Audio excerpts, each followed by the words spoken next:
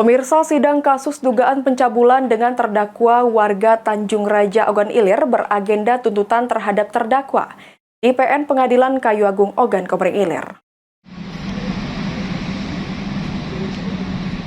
Sidang kasus pencabulan dengan terdakwa Zarup, warga Kelurahan Tanjung Raja Ogan Ilir masih bergulir di Pengadilan Negeri Kayu Agung dengan agenda tuntutan. Jaksa penuntut umum menuntut terdakwa dengan tuntutan 1 tahun 10 bulan penjara dan denda 250 juta rupiah. Sebelumnya, dalam persidangan sebanyak 20 saksi meringankan terdakwa dihadirkan oleh kuasa hukum terdakwa, di mana saksi-saksi tersebut merupakan pasien yang menerima pengobatan metode urut dari terdakwa. Istri terdakwa Ida Lalila usai mengikuti sidang mengatakan, atas tuntutan jaksa penuntut umum, pihak keluarga menyerahkan sepenuhnya kepada kuasa hukum untuk melakukan pembelaan secara tertulis yang akan diajukan pada sidang pekan depan dengan agenda pembacaan pledoi.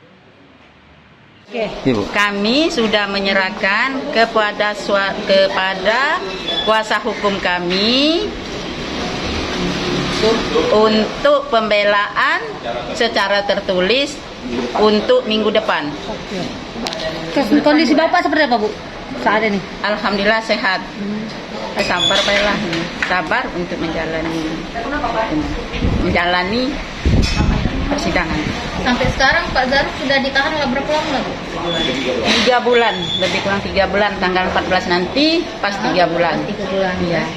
Berarti kita ngaji ke pembelaan minggu depan, Bu, ya? Istri terdakwa juga menuturkan pelapor merupakan pasien dan baru pertama kali pengobatan. Saat itu, saksi juga mengatakan berada di dekat suaminya dan tidak melihat adanya kejadian tindak asusila yang dituduhkan korban. Novan Wijaya, PAL TV.